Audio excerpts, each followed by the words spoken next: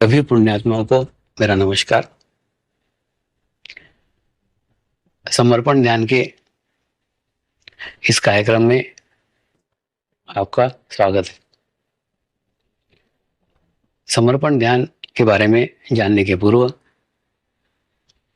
ध्यान के बारे में जो समाज की धारणा है उसको समझने की आवश्यकता है। कोई व्यक्ति पूजा करता है, कोई व्यक्ति पाठ करता है, उसको लोग बड़े श्रद्धा से देखते हैं, वो व्यक्ति धार्मिक है। लेकिन अगर कोई व्यक्ति ध्यान करता है, कोई व्यक्ति मेडिटेशंस करता है, तो समाज का उसके तरफ देखने का नजरिया अलग रहता है। ये ध्यान कर रहा है, बाबा जी बनेगा, जंगल में जाएगा, सब कुछ छोड़ के जाएगा, ऐसी सोच समाज में है। वास्तव में ध्यान करना यानी कुछ भी छोड़ने का नहीं है, तोड़ने का नहीं है, फोड़ने का नहीं है। ध्यान करना यानी परमात्मा को अपने जीवन में जोड़ना मात्र है। तो परमात्मा को जोड़ने मात्र से ध्यान की एक अवस्था प्राप्त हो जाती है। तो समर्पण ध्यान के बारे में जानकारी लेने के पहले आपको कुछ विषय समझना आवश्यक है। उस विषय में से पहला विषय है परमात्मा।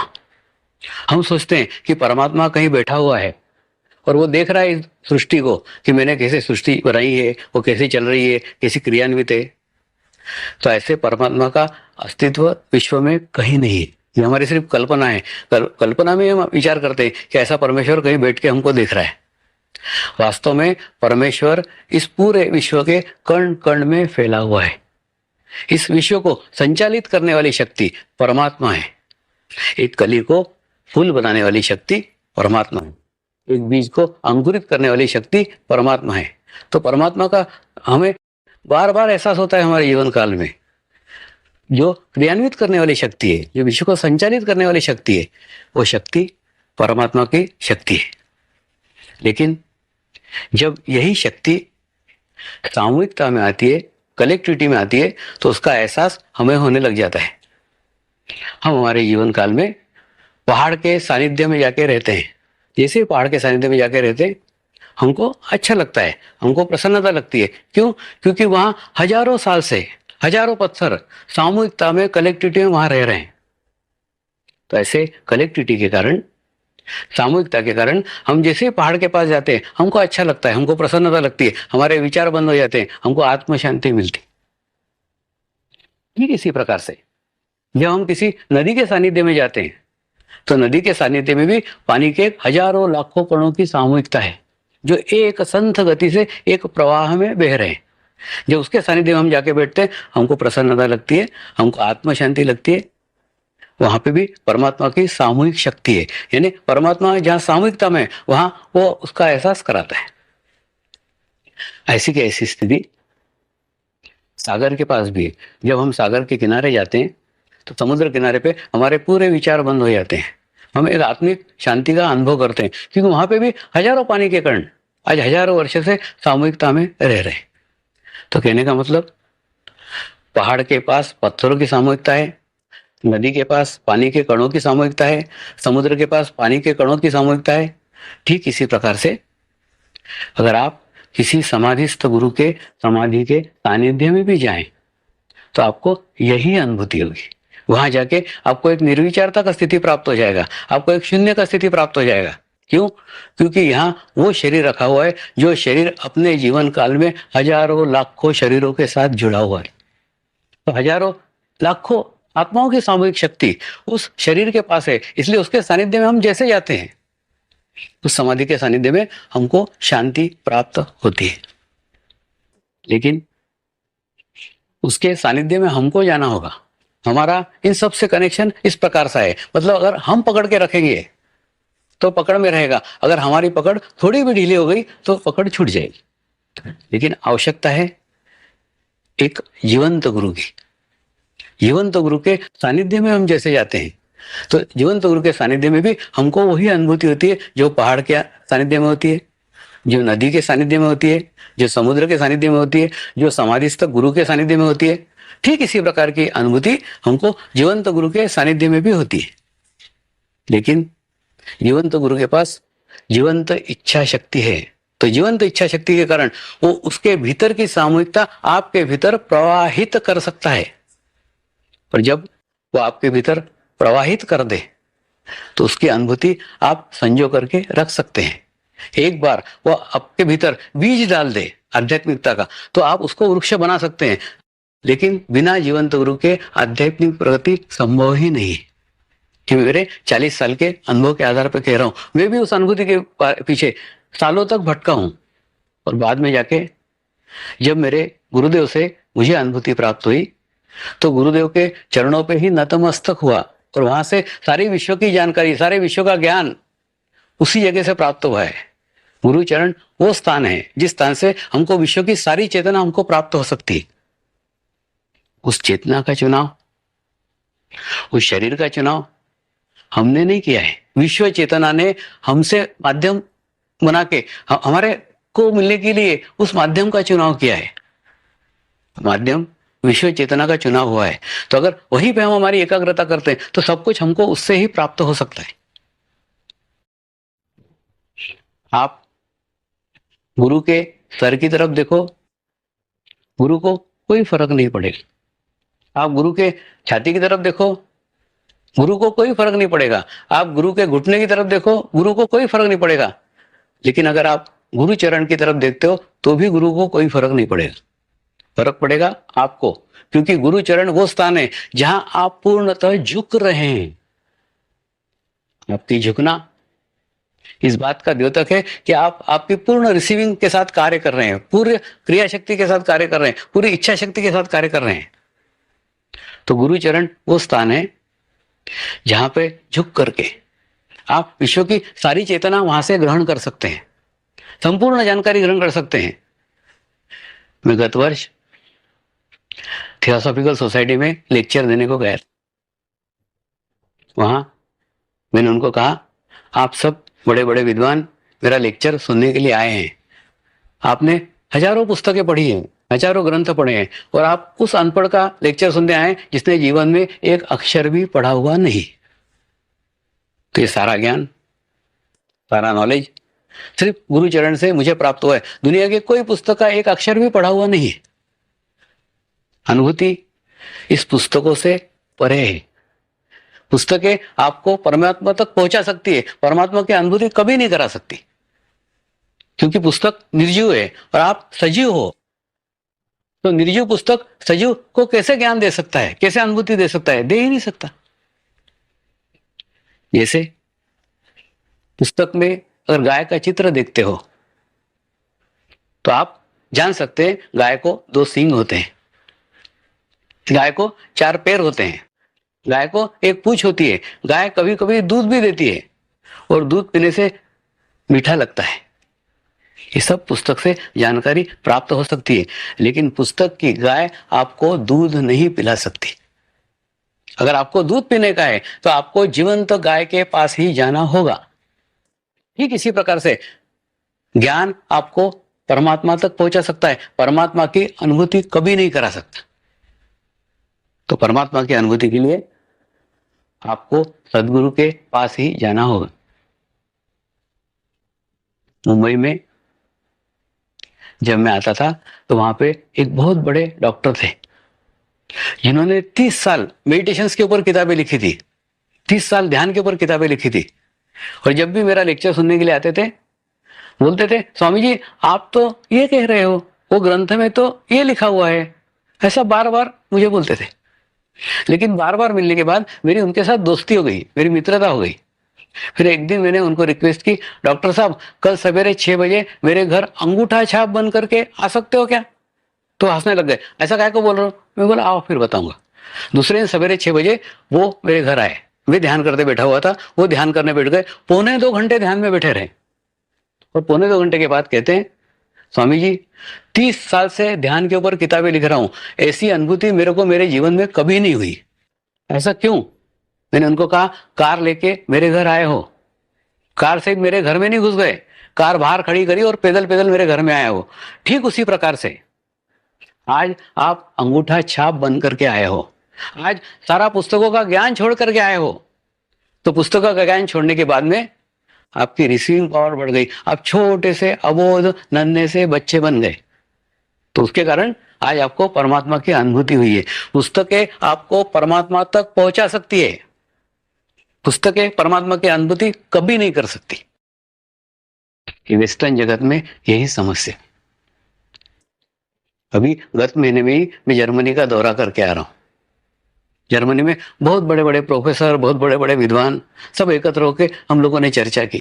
तो स्वामी जी, हमारे पास कोई गुरु नहीं है, जीवन तो गुरु नहीं, आध्यात्मिक इच्छा होती है, लेकिन पुस्तकों के सिवा हमारे पास कोई माध्यम ही नहीं है, तो हम क्या करें। मैंने उनको कहा, तुम्हारे पास इच्छा शक्ति है, भारत में जीवन तो गुरु है, दोनों मिलकर ही विश्व का कल्याण हो सकता है, विश्व में शांति हो सकती है। तुम विश्व शांति की बातें सोच रहे हो, लेकिन विश्व शांति के लिए तुम खुद कुछ नहीं कर सकते। पिंडे ब्रह्मांडे, ब्रह्मांडे पिंडे। अगर आपको विश्व में शांति लानी है तो सबसे पहले आपको आपके अंदर शांति लाना होगी। शांति बंदूक से नहीं आ सकती, शांति पुस्तक से नहीं आ सकती, क्योंकि ये दोनों ही चीजें निर्जीव है। शांति सजीव एहसास है। वो एहसास आपको तब हो सकता है जब आप किसी जीवंत गुरु के सानिध्य में जाओ, वो आपके ऊपर करुणा करे, आपके ऊपर कृपा करे, तो उसकी अनुभूति वो आपके अंदर डाल सकता है और उसके बाद में आप उसको वृद्धिगत कर सकते हो। तो विश्व शांति की शुरुआत आपको आपसे करना होगी। अगर आप विश्व के शांति की तरफ सोचोगे, यानी विश्व के अशांति की तरफ सोच रहे हो, तो एक जने की भर आप उसके अंदर डाल रहे हो, उससे कोई विश्व शांति नहीं आ सकती। पर अगर विश्व शांति लाना है, सबसे पहले ध्यान करो, मेडिटेशंस करो, और मेडिटेशंस करने के बाद में एक सुंदर सा हवामंडल, एक सुंदर सा ओरा आपके आसपास 20 फीट 25 फीट के एरिया में हो जाएगा। और जब ऐसे 20 फीट के 25 फीट के एरिया में कोई व्यक्ति अंदर प्रवेश करेगा, आत्म शांति का अनुभव प्राप्त करेगा, कल्याण का अनुभव प्राप्त करेगा, तो एक छोटा सा विश्व, एक 15 फीट का विश्व, एक 20 फीट का विश्व आपके आसपास निर्माण हो जाएगा। और ऐसा विश्व लेके आप विश्व के किसी भी कोने में चले जाओ, आपके साथ कोई बीमारी नहीं होगी, आपके साथ कोई वायरस नहीं आएगा, आपके साथ कोई एक्सीडेंट नहीं आएगा। जो भी व्यक्ति आएगा वो एक आत्म शांति को प्राप्त करेगा। और ऐसा अगर प्रत्येक व्यक्ति ने एक सुंदर ओरा अपने आसपास निर्माण कर लिया, तो हो सकता है वो विश्व में शांति आ जाए। लेकिन जब तक आप आपसे शुरुआत नहीं करते, आपका चित्त दूसरों के दोषों की तरफ है, तब तक कभी प्रगति नहीं हो सकती, कभी प्रोग्रेस नहीं हो सकती। एक बार रामकृष्ण मिशन के डॉक्टर लोगों का मैंने शिविर लिया, तो डॉक्टर अपने आदत के अनुसार प्रश्न पूछते हैं। मेरे को भी पूछा, स्वामी जी आप इतने देशों में जाते हो, इतने जनों का खाने खाते हो, इतने जगह का पानी पीते हो, आपको डायरिया नहीं होता क्या? मैंने उनको उत्तर दिया, डायरिया तो आप मेरे बहुत पास की बात कर रहे हो, मैं जिस मोटर से जाता हूं उस मोटर का एक्सीडेंट भी नहीं होता। तो उनको बड़ा विचित्र लगा कि स्वामी जी इतने विश्वास के साथ ये बात कैसे कह रहे हैं। तो उन्होंने रामकृष्ण मिशन के मठाधीश को प्रश्न किया कि स्वामी जी इतने विश्वास के साथ ये बात कैसे कहते हैं। तो उन्होंने कहा, जो आदमी ध्यान करता है, जो आदमी मेडिटेशन करता है, उसके आसपास हवामंडल निर्माण हो जाता है, उसके आसपास एक ओरा निर्माण हो जाता है। उस ओरा के अंदर कोई भी वायरस नहीं आ सकता, कोई भी बीमारी नहीं आ सकती, कोई भी दुर्घटना नहीं आ सकती, कोई कुविचार नहीं आ सकता है। आप बुरे विचार लेके भी उस ओरा में जाओगे, उसके सानिध्य में आप अच्छे हो जाओगे। ऐसा सुंदर ओरा, ऐसा अच्छा ओरा आपका भी हो, ये मेरी इच्छा है। लेकिन उसके लिए आपको ध्यान करने की आवश्यकता है, इसके लिए आपको मेडिटेशन करने की आवश्यकता है। ऐसा अगर करोगे तो होगा।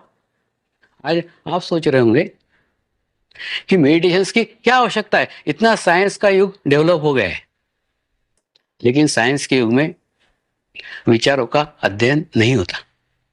डॉक्टर उस शरीर का अध्ययन करता है जिस शरीर को टच करके देखा जा सकता है, जिसको स्पर्श करके देखा जा सकता है। सिर्फ इसी का अध्ययन मेडिकल साइंस में है, विचारों का अध्ययन मेडिकल साइंस में नहीं है।